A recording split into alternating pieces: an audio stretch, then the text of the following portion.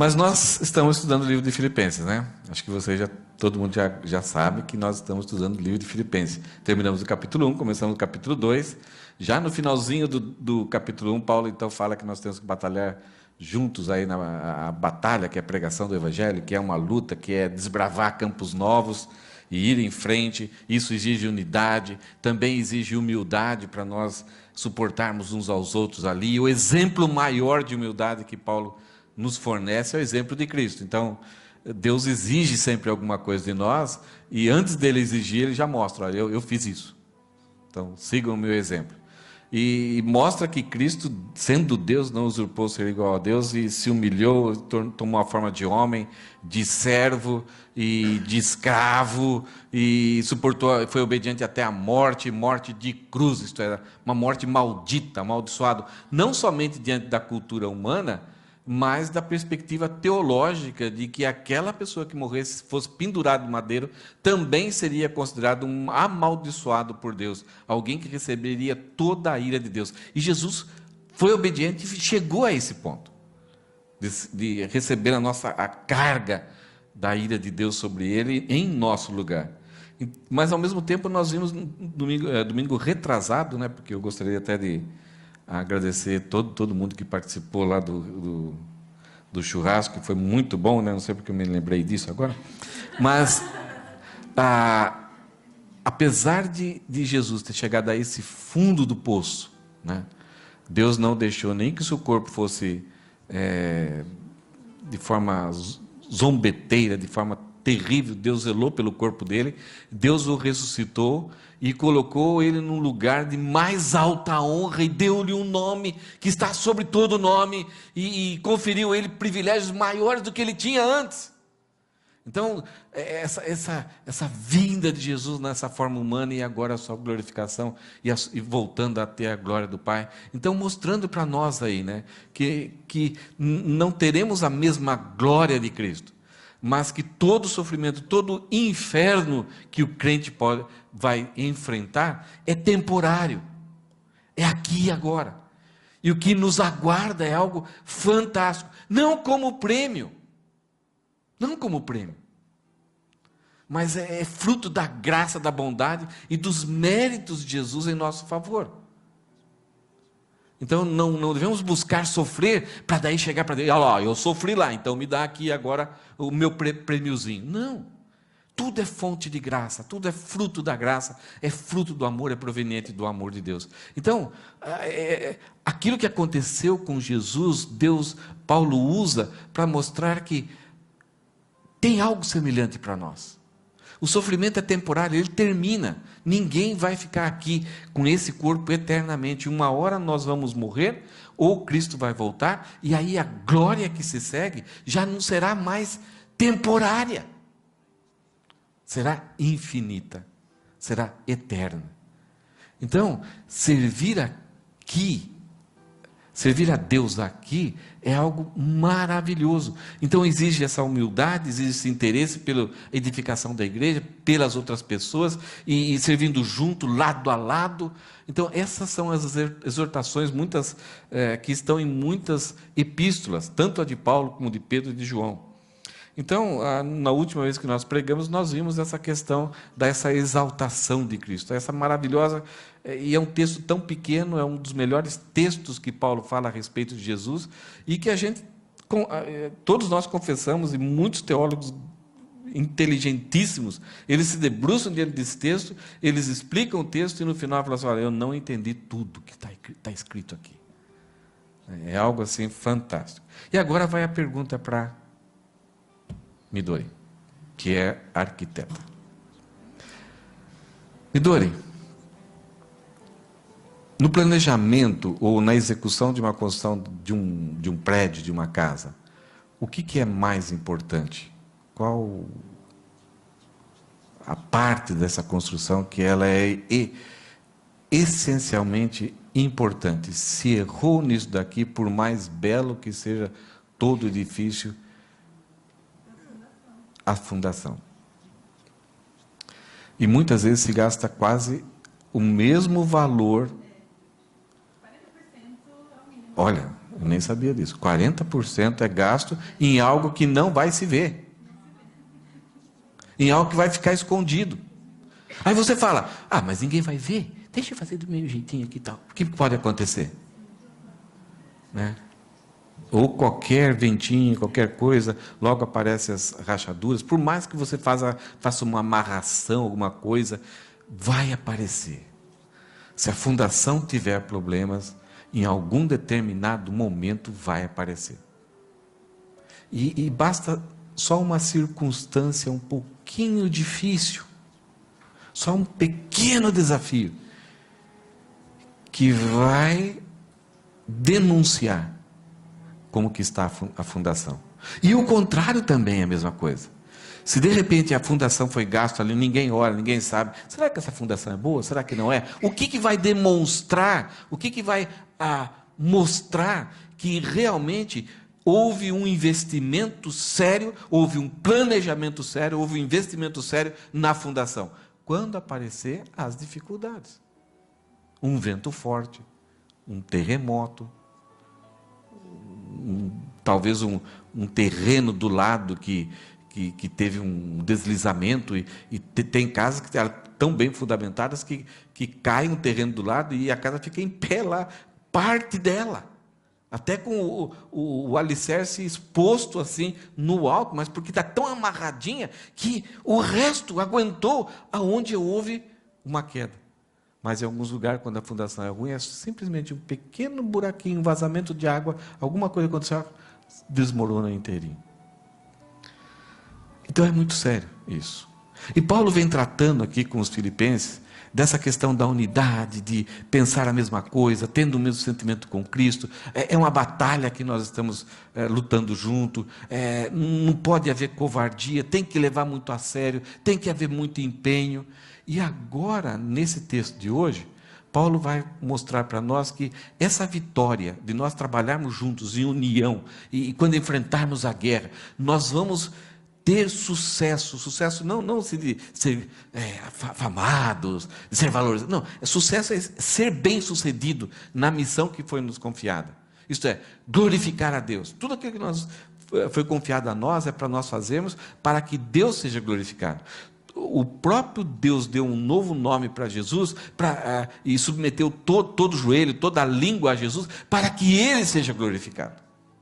Então, tudo aquilo que foi nos confiado a nós, o sucesso que nós vamos ter, isto é, a execução bem feita, deve e vai sempre redundar em que Deus, o Pai, será glorificado. Então, já que Paulo falou que nós estamos numa luta, vamos enfrentar uma batalha, desafios, na hora que a coisa vai pegar mesmo, isso vai mostrar se o resultado será sucesso, se vamos glorificar a Deus, através de que se nós estamos bem alicerçados, se há bons fundamentos, se estamos sob algumas coisas que são essenciais para nos manter estabilizados. Tranquilos? Então, a frase que eu coloquei aqui, você pode mudar, poderia criar uma outra frase, mas a sustentação de uma vida que glorifica a Deus. Então, nosso ministério, tudo aquilo que é dado para nós é para nós glorificarmos a Deus. E algumas vezes nós estamos ali cantando, fazendo algumas coisas na igreja, fazendo isso, tal. Vai surgir alguns desafios muito mais difíceis do que louvor, do que pregar, do que fazer coffee time, que é o dia a dia da nossa vida. E nessa hora, nós vamos ver se os nossos alicerces estão firmes. Que vai sustentar colunas fortes sobre nós. E aí nós não vamos rachar no meio. Ninguém é perfeito. Todos nós, quando enfrentamos alguma dificuldade, nós somos abalados. Mas o ruim é quando nos tornamos totalmente em ruínas. Sempre vai cair um pedacinho aqui, vai machucar. É impossível alguém sobreviver a uma luta sem ter cicatrizes. Mas o grande problema é quando a nossa vida se torna em ruínas, completamente em ruínas, ou totalmente em ruínas. E eu tenho uma foto no final que mostra, tipo, essas colunas tão bonitas, né? E tem vários lugares turísticos que essas ruínas só restam pedacinhos no chão. Toda aquela beleza, aquela glória, ela se transformou em cacos, em cavacos. Então vamos olhar o texto? Quais são então esses pilares, esses alicerces que uma vida que glorifica a Deus tem que estar alicerçada sobre isso, para juntos batalharmos e termos o mesmo sentimento e alcançarmos então o objetivo de glorificar a Deus. Então Paulo, ele orienta, ele consola, ele exorta, ele direciona esses irmãos de Filipenses, que é uma igreja fantástica, é uma igreja boa, que passava necessidades, que cooperavam com o ministério de Paulo, que não se envergonhavam do fato de Paulo estar preso, sabiam das necessidades de Paulo e enviavam oferta. Um irmão ali doente, velhinho, foi levar essa oferta, ficou doente no meio do caminho, e eles estavam preocupados com Paulo, com esse irmão. Então Paulo manda notícias: olha, ele chegou bem aqui, obrigado pela oferta. E Paulo dá alguns conselhos para que eles se mantenham firmes nessa luta de cooperação no reino. Então no versículo 12, Paulo fala o seguinte: quando eu estava aí, se lembra quando Paulo estava lá? Lídia, aquela jovem que também tinha os demônios, que foi liberta, o carcereiro que se converteu. Então, uma igreja bem atípica, com todo tipo de pessoas, judeus, gentios, pobres, ricos, ali batalhando num lugar onde a mentalidade romana e grega prevalecia, aonde César era o grande, e essa igreja agora tinha Jesus simplesmente como o único César. Então Paulo falou: quando eu estava aí, meus amados, vocês sempre seguiam as minhas instruções. Puxa, olha que elogio que Paulo está dando aqui. Eu estava aí com vocês, tudo aquilo que eu falava, vocês obedeciam. É raro isso, né? É raro um pastor, um missionário, dar conselhos para alguma pessoa e a pessoa, tudo bem, é assim que tem que ser, eu vou fazer. E vai e faz. Então Paulo afirma: quando eu estava aí, meus amados, vocês sempre seguiam as minhas instruções. Olha que igreja fantástica, que coisa boa. Paulo recorda isso. Mas Paulo fala o seguinte: agora que estou longe, é ainda mais importante que o façam.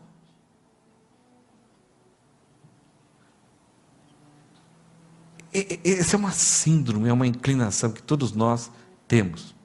Qual que é esse problema que todos nós enfrentamos e temos? De obedecer somente na frente. Na frente do chefe, do líder, da mãe, do pai, pastor, do namorado, da namorada. Então, nós precisamos de motivações para obedecer. A obediência não faz parte do nosso caráter. Nós precisamos. Está chegando aí. Guarda. Esconde aí. Então, isso é uma motivação. Isso não é obediência. Obediência faz parte do caráter da pessoa. Ela obedece principalmente na ausência. Ela não precisa de motivações, ela não precisa de exortações, ela não precisa de medo, ela não precisa de ameaças. Ela obedece porque ela quer honrar, ela não quer de jeito nenhum fazer algo que vai ofender, que vai machucar o coração daquela pessoa que ama. E no caso aqui, Paulo está falando: Deus nos amou. Então vocês me obedeciam quando eu estava aí, muito bem, era muito legal. Mas agora, principalmente na minha ausência, continuem obedecendo. Porque agora é que será testado se realmente o coração de vocês é um coração obediente. Ou vocês eram simplesmente, queriam me agradar. Ou tinham medo de mim. Ou tinham medo de que eu ia dar bronca. É interessante que os nossos dias, a vida cristã é muito simples. A vida cristã é tão natural. Não tem mágica. Nós que até o mundo evangélico, estamos colocando tanta coisa na vida cristã, tanto evento, tanta atividade, até nos próprios cultos, para mostrar que as pessoas têm intimidade. As músicas, elas falam muito assim de intimidade, paizinho, e coloca você, e você parece estar segurando uma televisão assim, ó Deus, ó Deus. Nós expressamos muita intimidade, e é criado um ambiente de intimidade. Várias igrejas trazem visões de programas para que as pessoas vivam a vida espiritual, a vida cristã de uma forma assim, mágica, transcendente. E se de repente passa aquilo, eu preciso de uma nova recarga, preciso de um novo acampamento, a gente precisa trazer um pregador. A vida cristã não é isso. A vida cristã é no dia a dia, é no nosso... no café da manhã, no almoço, no jantar, é no caminhar, na conversa, nos relacionamentos, é na nossa convivência, é no servir. E Paulo fala assim, nós não precisamos criar eventos para você demonstrar espiritualidade. Então eu não preciso estar aí, agora que eu quero ver que vocês ainda seguem as instruções dele na ausência de Paulo. E ele fala, trabalhem com afinco a sua salvação, obedecendo a Deus com reverência e temor, pois Deus está agindo em vocês, dando-lhe o desejo e o poder de realizarem aquilo que é do agrado dele. Todos nós que cremos em Cristo, já somos salvos. Salvação, eu tenho falado algumas vezes, é o ponto de partida para uma vida com Deus. Ela não é um ponto de chegada, onde você faz muita coisa, e faz isso, faz aquilo, e um monte de rituais, e depois chega uma hora, ou Cristo vem, ou você morre, então você chega, ó, Deus, aqui está o meu currículo, ó, dá para eu entrar no céu? A gente fica naquela... Então é um peso. Jesus Cristo falou, vinde a mim todos que estáis cansados e oprimidos, que eu vos aliviarei. Porque isso é religiosidade, é isso que é a mentalidade dos judeus. Agitar, não deixar de fazer as coisas, para um dia chegar diante de Deus e cobrar. E Paulo fala assim, trabalhe com afinco a sua salvação. Ele está dizendo que nós já temos, a salvação é nossa. Agora, então, o que é desenvolver a salvação? Trabalhar a salvação. É que nós somos salvos da condenação do pecado. O direito à salvação completa, Cristo conquistou para nós, e no momento que nós cremos, nós somos salvos da condenação, nos tornamos filhos de Deus, mas estamos vivendo nessa terra ainda com essa natureza pecaminosa, e aí temos que buscar então a santificação. Então, uma vida que tem sucesso, que vai honrar a Deus, é uma vida que está alicerçada em cima desse processo da santificação progressiva. É uma vida que busca saber qual é a vontade de Deus, reconhecer a vontade de Deus e busca a santidade. Busca desenvolver no seu caráter dia a dia uma sede muito grande de ser cada vez mais parecida com Cristo. Parecido com Cristo. Pensar como Cristo, ter a mente dele.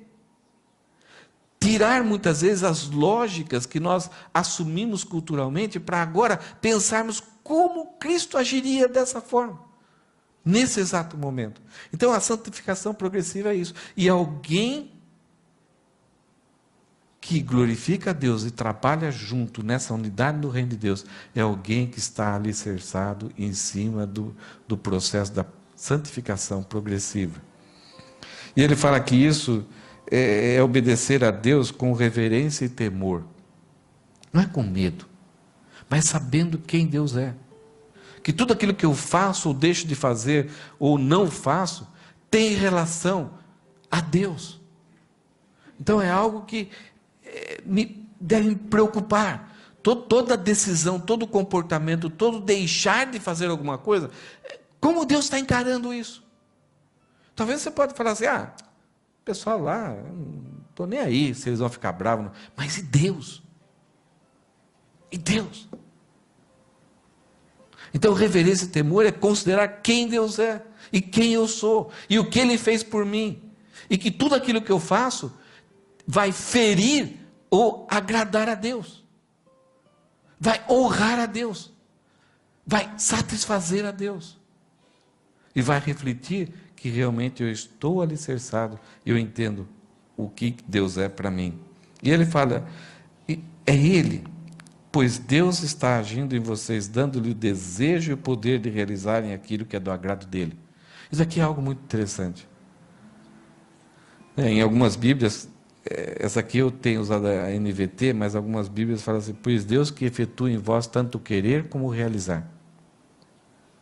A ideia aqui é que quando você percebe que você tem um sentimento de agradar a Deus, isso não é seu. É Deus fazendo isso no seu coração. É Deus despertando isso. É o Espírito Santo te colocando, te animando, aquecendo o seu coração para você amar a Deus e expressar isso em ação. Não somente um amor afetivo, mas um amor comportamental. É Deus te impulsionando, querendo, desejando aquilo. E se você não somente tem o desejo, mas você coloca isso em prática, é Deus te capacitando para você fazer isso. E pode acontecer que esse sentimento surja, que a gente tenha completa noção e consciência da capacitação que nós temos para fazer, e ainda assim nós resistirmos. Eu não vou. O que meus amigos do trabalho vão falar se eu fizer desse jeito? Eles vão achar que minha reputação, eu vou perder amigos. Se eu obedecer, algumas vezes, obedecendo a Deus, a gente perde amigos. Então, percebam, se você tem esse desejo e você consegue colocar em ação, é Deus que fez isso. Se você sente o desejo e você percebe que você tem capacidade, mas você resiste, você vai ter que trabalhar com Deus isso daí. Agora, se você não percebe o seu desejo, não percebe esse desejo de servir a Deus, e você não percebe que tem capacidade para fazer isso, alguma coisa muito grave está acontecendo na sua vida. Ou sua mente já cauterizou por tanto tempo estar rejeitando o poder de Deus e a capacitação dele, ou você ainda não conheceu a graça de Jesus Cristo.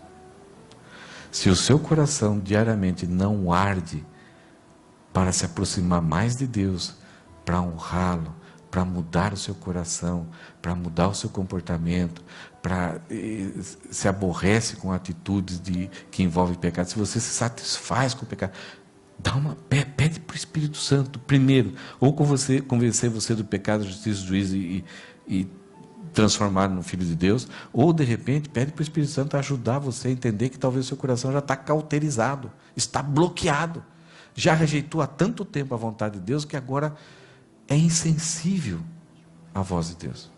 Agora, se você percebe que todo dia você está triste com você mesmo, que você luta e caminha mais um passo, se alegre, porque a ação do Espírito, é esse versículo que está acontecendo na sua vida, pois Deus está agindo em vocês, dando-lhe o desejo e o poder de realizarem aquilo que é do agrado dele. Então, é o Deus Espírito Santo agindo dentro de você para torná-lo mais parecido com Cristo e para glorificar o Pai.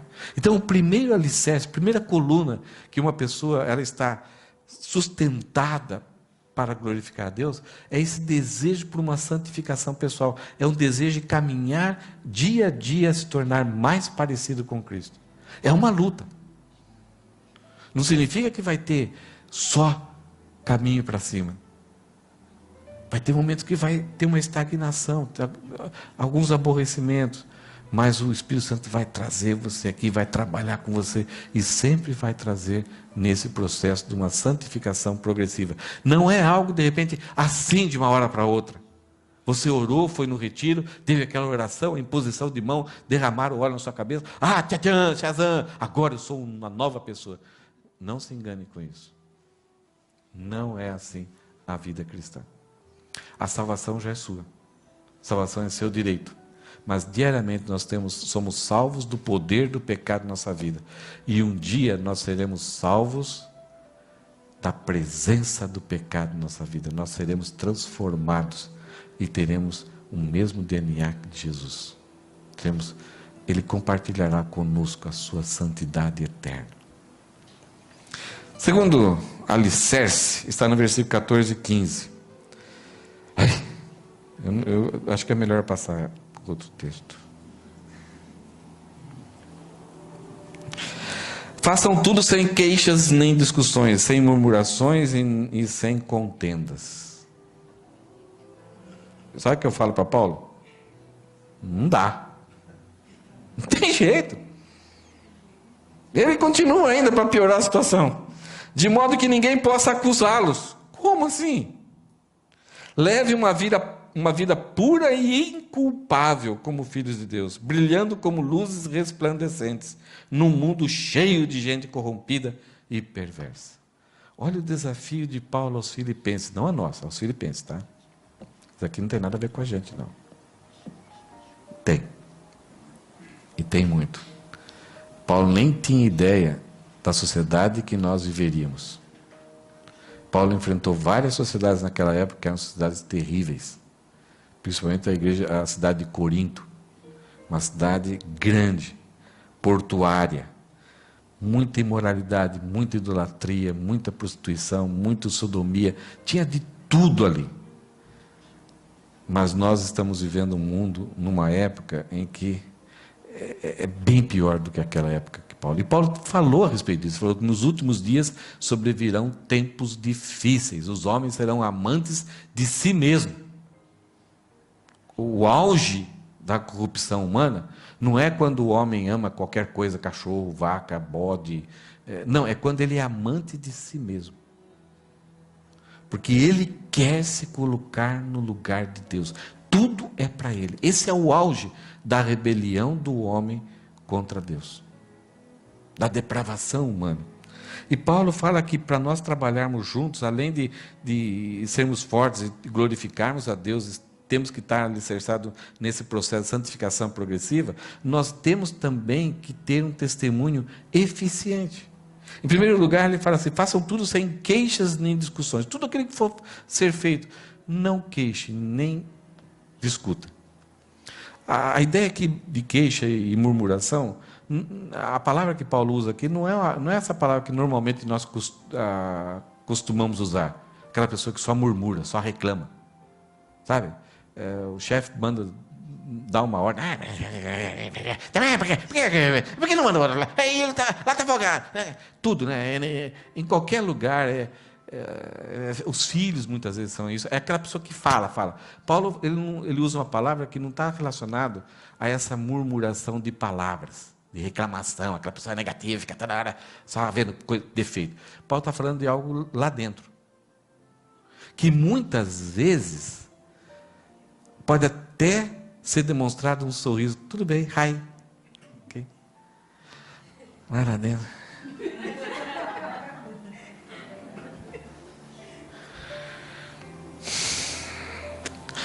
Paulo fala que o maior prejudicado é a própria pessoa, que ela não se alegra, ela não faz, porque os homens, as pessoas podem ver o exterior, agora Deus vai ver lá o coração.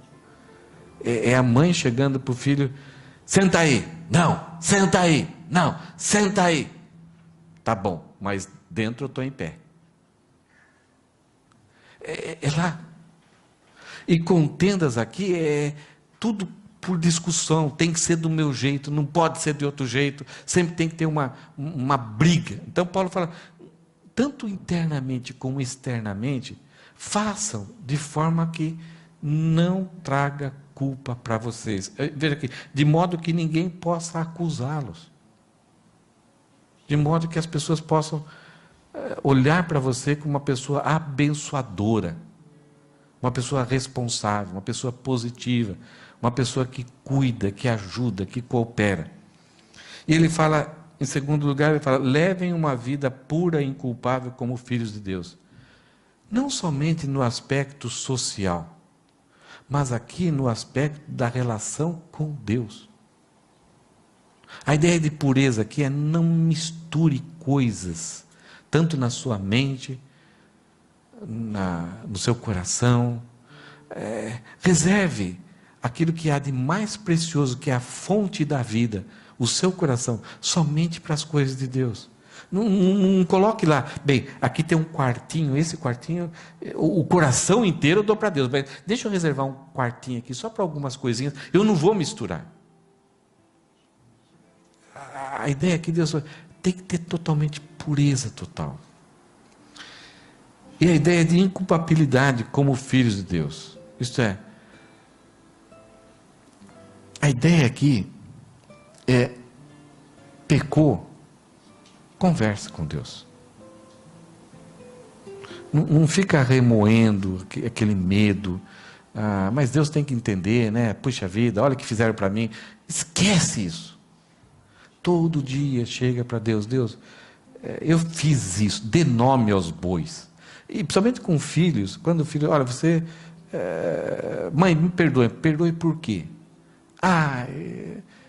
Procura saber se a criança consegue detectar o nome do pecado. Eu fiquei triste. Mas por que você ficou triste? Você mentiu? Você roubou? Então, usar os nomes dos pecados que a Bíblia define para a criança entender. E faça isso com você mesmo. E eu devo fazer comigo mesmo. Dá um nome, Deus. Quando João fala, confessai os vossos pecados, não é somente falar o que você fez, mas é chegar diante de Deus e falar assim, Deus, isso que eu fiz aqui tem o nome de roubo. Tem o nome de lascívia. E lascívia na Bíblia é isso. Deus, eu concordo que o que eu fiz é lascívia. A ideia de confessar é bater em cã. Isto é, Deus acha que aquilo é lascívia. Então eu também concordo. E que aquilo que eu fiz também é. Não é bem assim, Deus. Também não é o que os outros fizeram. Não tenta enrolar Deus. E não enrola o seu coração. O perigo é você cauterizar e depois ter dificuldade de entender isso. Então, fazendo sem queixas, nem discussões, ninguém conseguindo acusar, o seu relacionamento, isto é, você não vive uma espiral de culpa que vai destruindo, vai tirando o teu humor, você não consegue mais conviver com pessoas, e é uma pessoa irritadinha, depressiva, sem ânimo. Então, essa vida pura e inculpável diante de Deus te dá energia, te anima, você chega de cabeça erguida. Mesmo que teve um problema lá, você foi para a pessoa, confessou o pecado para a pessoa, pediu perdão para Deus, pediu perdão para a pessoa. Então, não importa o que aconteceu, se foi acertado, se apropriou-se do perdão de Cristo, creia que você então está perdoado. A partir dali, nem Satanás mais poderá te acusar. Ninguém mais. Está resolvido. O sangue de Jesus Cristo resolveu. Com isso em mente, com isso realizado, olha o que acontece, qual é o efeito disso. Então, por causa disso, vocês vão brilhar como luzes resplandecentes num mundo cheio de gente corrompida e perversa. Um mundo que está cego, que não tem orientação, não tem propósito, não tem significado de vida, não sabe para onde vai, não sabe o que vai acontecer com a vida. Então, o que é mais importante é aproveitar o feriado, simplesmente. Eu tenho que fazer um churrasco, porque se eu não fizer o churrasco, eu não vou ser feliz. Eu tenho que ir para a Universal, senão eu não vou ser feliz. Eu deixei de ir na Universal nos feriados, eu vou morrer, eu não vou ser mais uma pessoa feliz. Essas coisas são boas, não são ruins. Mas uma geração corrompida e perversa, ela precisa desses meios materiais para suprir alguma coisa que é espiritual. Não é, Robert? Você lembra disso? E o que acontece? O vazio cada vez mais aumenta e a insatisfação cada vez mais aumenta e a degradação cada vez vai aumentar. Porque nada supre, deve ter alguma coisa que supre. E está bem do lado dela, clamando por ela. Vinde a mim todos que estáis cansados e oprimidos e eu vos aliviarei. Aquele que beber da água que eu lhe dou jamais terá sede. Então, como luzeiros resplandecentes, como saleiro, como luzes, nós vivemos no meio de um grupo de pessoas que estão em agitação, gastando dinheiro, gastando o seu tempo, trabalhando demais, sem ter uma direção. E nós somos colocados nesse meio para brilhar a luz de Cristo e dar direção, dar vida para essas pessoas. Nesses dias a gente foi com o Alisson Amidori, nós fomos para Nara. Foi a vez que eu fui que mais gente tinha ali. É um lugar turístico, um lugar bonito, né? As construções são bonitas, mas muitas daquelas pessoas ali estão achando que aquilo ali é a vida espiritual deles. E mesmo que aqueles que estão só passeando, turistas, eles estão achando que aquilo é a razão de viver. o quanto eles precisam, e quanta gente. Depois saímos de lá e fomos para Namba. Né? Passamos uma rua lá, um monte de barzinhos. Né? Então você vê que as jovens e moças e rapazes vão ali porque com isso eu vou ser feliz. Depois fomos na rua principal lá, o Xotengai lá de Namba, onde o comércio tem. Então pessoas querendo comprar e ver lojas e se eu tiver eu vou ser satisfeito. Nós estamos no meio de uma sociedade, nós somos inseridos no meio de uma sociedade que está clamando pela luz, e eles estão tendo um monte de lamparinas acesas que daqui a pouco vão acabar o óleo, o querosene, e vão se apagar, e eles juntamente com essas luzes falsas também se apagarão. E nós temos a luz verdadeira. Nós somos a luz de Cristo que reflete. Então esse testemunho eficiente é muito importante, principalmente para a sociedade que nós estamos vivendo. Versículo 16. Então o primeiro alicerce é uma santidade progressiva, o segundo é um testemunho eficiente, verdadeiro, porque nós estamos inseridos no meio de uma sociedade corrompida e perversa. E o terceiro alicerce que está agregado a esses dois primeiros alicerces é apego à verdade. Nós já faz um bom tempo, nós estamos na fase da pós-modernidade. Mas a pós-modernidade ela veio com a ideia de que não há verdade absoluta. Só o único absoluto é esse absoluto, né? Não há verdade absoluta. Porque se não existe absoluto, nem esse absoluto existe. Né? Então, nós vivemos num mundo totalmente relativizado. Faz bem para você? Você gosta disso? Que bom. Para mim não faz, mas a minha verdade é diferente da sua. Só existe uma verdade. Entre dois pensamentos, se eu penso de um jeito com relação à vida, a Deus, à verdade, à vida espiritual, se eu penso de um jeito, a gente pensa do outro jeito, um de nós dois está errado. Não existe duas verdades. Talvez há uma necessidade de aprimoramento até dos dois, de acordo com a única verdade, que é a palavra de Deus. A tua palavra é a verdade. Então, quanto mais próximos estamos do entendimento correto das Escrituras, mais estaremos alicerçados na palavra. E olha o que Paulo fala no versículo 16. Apeguem-se firmemente à mensagem da vida, ou, em outras versões, preservando a palavra da vida. Não é que a gente tem que chegar, não pode rasgar aqui, você está estragando, você não está preservando a palavra de Deus. Não é isso. Aqui é esse apego, é valorizar ela de uma tal forma que ela permeie toda a sua mente, corpo, ação, negócios, vida familiar, isto é, ela seja o árbitro de todos os nossos conceitos e decisões. Tem muitas igrejas e muitos pastores e muitas pessoas que eles usam a palavra de Deus mais Freud, usam a palavra de Deus mais Marx. Então, eles somam a outras verdades a palavra de Deus e fazem uma síntese. É por isso que Paulo apela aqui: apeguem-se, não preservem a palavra de Deus. Cuidado em inserir, cuidado em tirar, cuidado em negar, cuidado em acrescentar. Então, essa ideia da preservação, de apegar e fazer com que a palavra seja o árbitro, seja a autoridade sobre a sua vida. Talvez alguns conceitos, algumas ideias seculares, elas podem até contribuir, dar uma ideia, assim, ajudar a entender. Mas o árbitro final é a palavra de Deus. Se houver um conflito, nunca devemos dizer, mas naquela época era desse jeito, hoje é diferente. Não, continue firme com a palavra de Deus, pois ela é eterna. O conceito agora é temporário, mas a palavra de Deus é eterna. Então veja que Paulo fala: até quando?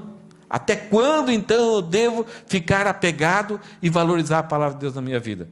Então, no dia em que Cristo voltar. A ideia aqui é até a volta de Cristo. Então já tem 2000 anos que o último livro da Bíblia foi escrito, os últimos livros do Novo Testamento. eles devem ser preservados, devem ter autoridade sobre a nossa vida até o dia de hoje. Então, usando essa palavra também, Paulo continua: então, no dia em que Cristo voltar, me orgulharei de saber que não participei da corrida em vão e que não trabalhei inutilmente. O que Paulo está dizendo aqui? Ele está dando um conselho para aqueles crentes, aqueles amados irmãos que obedeciam ele quando ele estava lá presente, que agora ele fala: ó, eu estou ausente, mas continue obedecendo, busquem a santidade, né? Um dos critérios do sucesso do meu ministério, de Deus avaliar o meu ministério, o meu serviço, vai ser a atitude de vocês, Paulo está falando. Se vocês continuarem apegados à palavra de Deus, e quando vocês enfrentarem dificuldades na vida, vocês se usarem ela para ser a força, para suplantar aquelas dificuldades, então o meu sentimento, principalmente na volta de Cristo, que todo o trabalho, todo o tempo que eu gastei com vocês, não foi inútil. Por quê? A minha preocupação era implantar a palavra de Deus no coração de vocês. Mas vocês tinham que receber de bom grado. Agora, se eu me esforçar, você lembra que Paulo se esforçava até altas horas da madrugada, em horários difíceis, trabalhava fazendo tendas. Então ele fala assim: eu fiz tudo isso. E de repente, vocês não estão nem aí com a palavra de Deus. Qualquer pessoa que chega com uma ideia nova, uma nova visão, um novo costume na igreja, vocês abraçam: ah, agora está muito gostoso, estou feliz, agora entendi tudo. Então, qualquer ideia que você abraça e você se desvia do verdade do evangelho, ou tem algum problema na igreja, você desanda, não quer mais saber de Cristo, não quer saber mais de igreja, de ministério, não quer saber mais de nada. Paulo fala assim: o frustrado vai ser eu. Porque eu gastei um tempo, o meu trabalho entre vocês foi inútil. Você já teve essa sensação com alguém? De você acompanhar alguém, ajudar alguém, socorrer alguém, aconselhar, evangelizar, discipular, capacitar, socorrer, acompanhar por muito tempo. Tirar do seu tempo, tirar do seu dinheiro, dos seus bens, sabe, você investiu na vida. Puxa, eu vou investir porque ela vai crer, ela vai ser uma pessoa. Então você olha lá para frente, e daqui a pouco a pessoa abandona, joga tudo por fora, e até faz mal contra você. Qual a sensação sua? Você trabalhou em vão.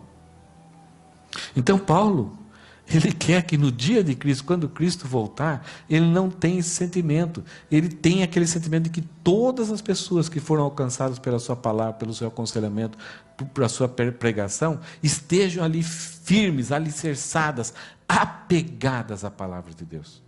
Então, qual que era o primeiro alicerce? Santidade progressiva. O segundo, um testemunho eficiente. E o terceiro agora, esse apego à verdade. Então, a pessoa que glorifica a Deus, ela está alicerçada sobre esses três fundamentos. E tem um quarto fundamento. Tem esse sorriso bonito aqui, né? Olha, a gente olha. E esses dias eu estava vendo uns. Não sei porque o YouTube, de vez em quando você vai ver alguma coisa, ele começa a selecionar vídeos para você, e um atrás do outro, só daquele mesmo tema, né?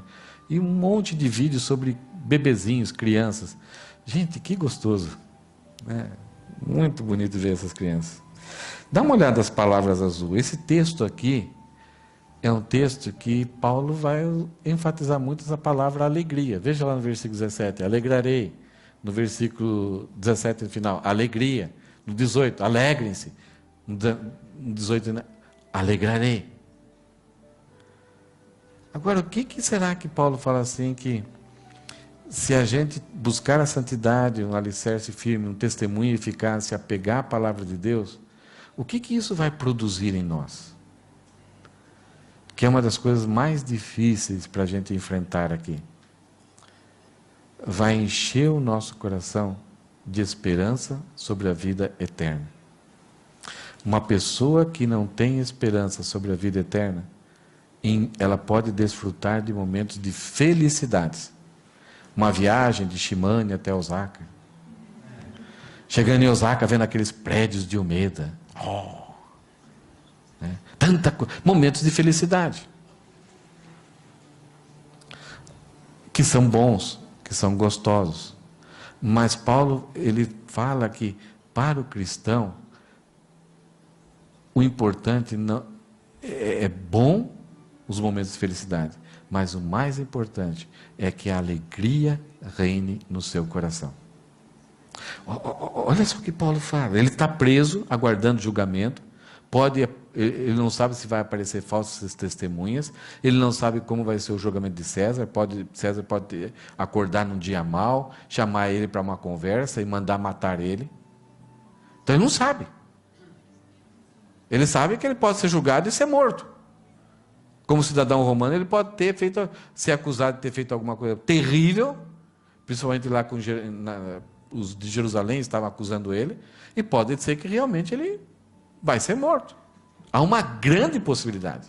Isso não acontece, vai acontecer depois. Nessa primeira prisão ele é liberto. Então Paulo ele fala: contudo, eu me alegrarei mesmo se perder a vida. Como assim, Paulo?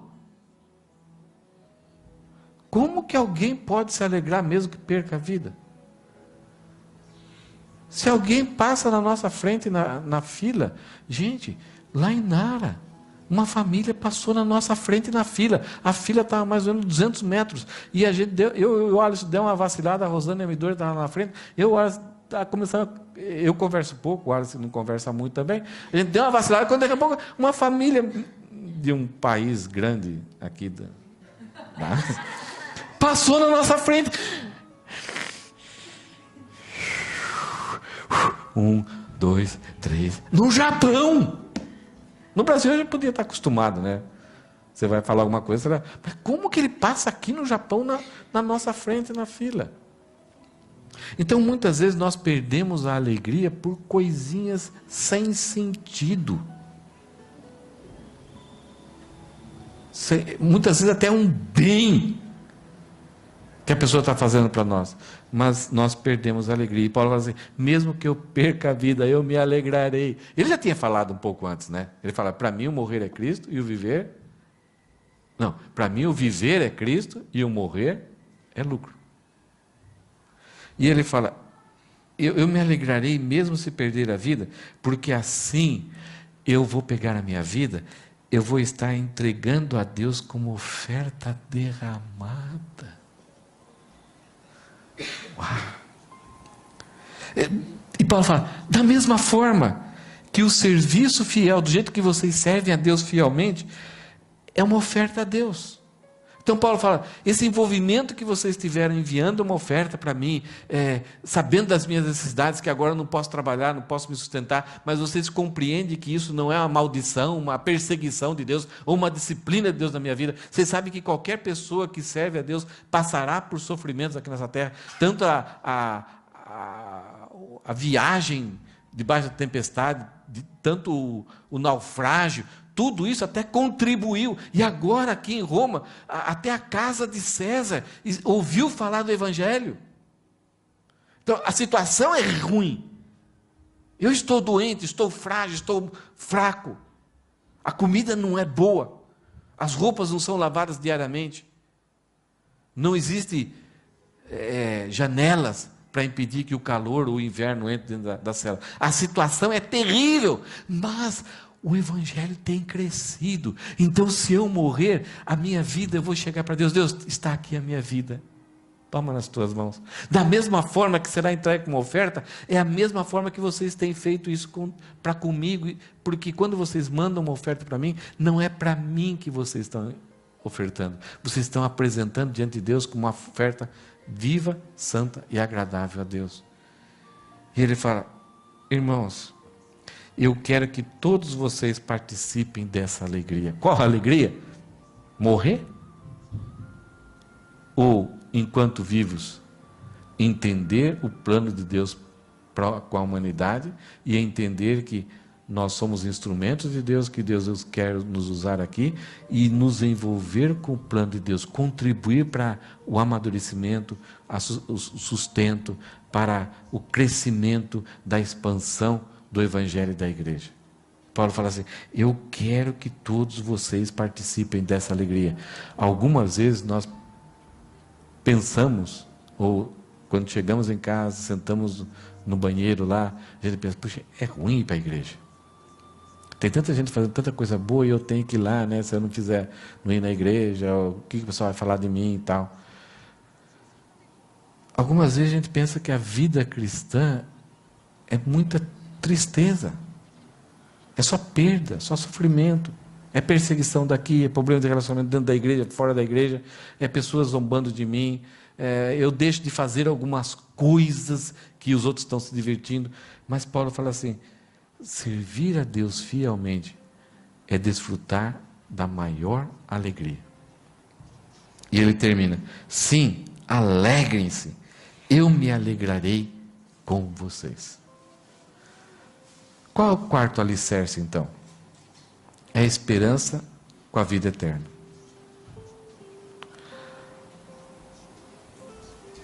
Não sei em que fase da sua vida talvez você já passou a situação em que você perdeu a esperança.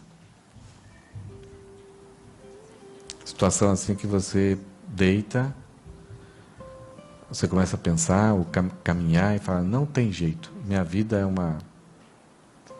Tem várias palavras que eu podia usar, né? Acho que vocês já pensaram em algumas. E não tem jeito.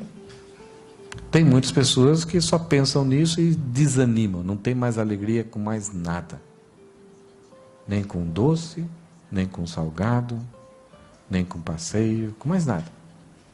Não se alegram, se tornam ranzinzas, esmorecem e vão morrendo por dentro. Eu já constantemente tenho que lutar com isso. Talvez alguma crise que você já passou, que você acabou. Você planejou a vida, de repente, em determinado momento, pá, vai caindo. Não dá pra, eu não tenho força para me erguer, não tenho como recuperar, não tenho mais idade, não tenho mais energia, não tenho mais dinheiro, não dá para recuperar mais. Não tenho mais tempo para recuperar a minha credibilidade, talvez do comércio, talvez dentro do meio cristão, não tem mais jeito. E a sua esperança vai lá para baixo, e você se torna um zumbi, que simplesmente se alimenta, porque ainda você tem um senso de responsabilidade com outros, talvez com filho, com pais, e aí você passa a viver desse jeito. Paulo tinha tanta coisa, o que não faltava para ele eram inimigos. O que não faltava para ele eram pessoas acusando ele de coisas que ele nunca fez, daquilo que ele nunca era. O que não faltava para ele eram pessoas criando obstáculos para ele seguir em frente e cumprir o plano de Deus. O que não faltava para ele eram dores nos seus ossos, no seu corpo. Sozinho. Uma das cartas ele fala assim: só Lucas ficou comigo, todos me desampararam. Traz Marcos, se lembra aquele Marcos, aquele jovenzinho que tinha abandonado Paulo? Ele fala: traz Marcos para mim, porque ele me é muito útil.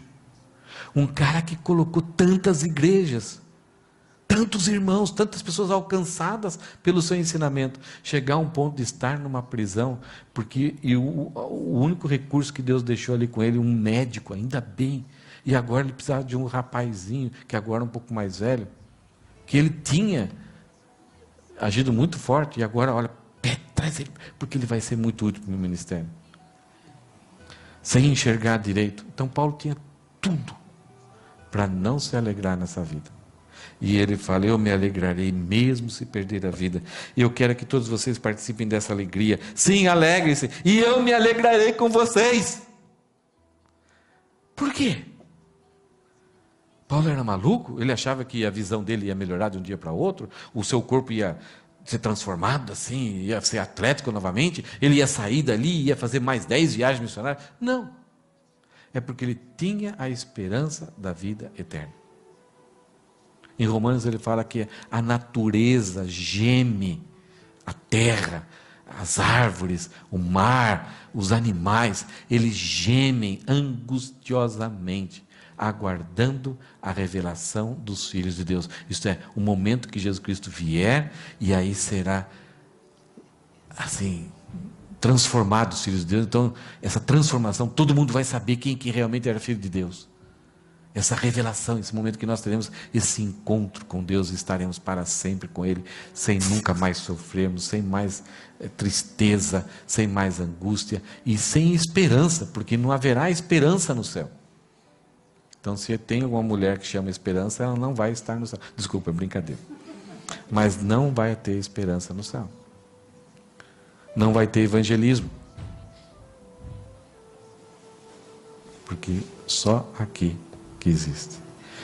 4 alicerces, 4 fundamentos. Qual que é o primeiro? Santidade progressiva. O segundo, testemunho eficiente. Ah, a Rosana colocou aqui, tá bom. E o terceiro, apego à palavra de Deus. E o quarto, a esperança na vida eterna. Amém? Olha só que versículo. Quando nós chegamos aqui no Japão, o pastor Mendes veio para cá, e no dia do aniversário da igreja, ele pregou e ele usou esse versículo aqui.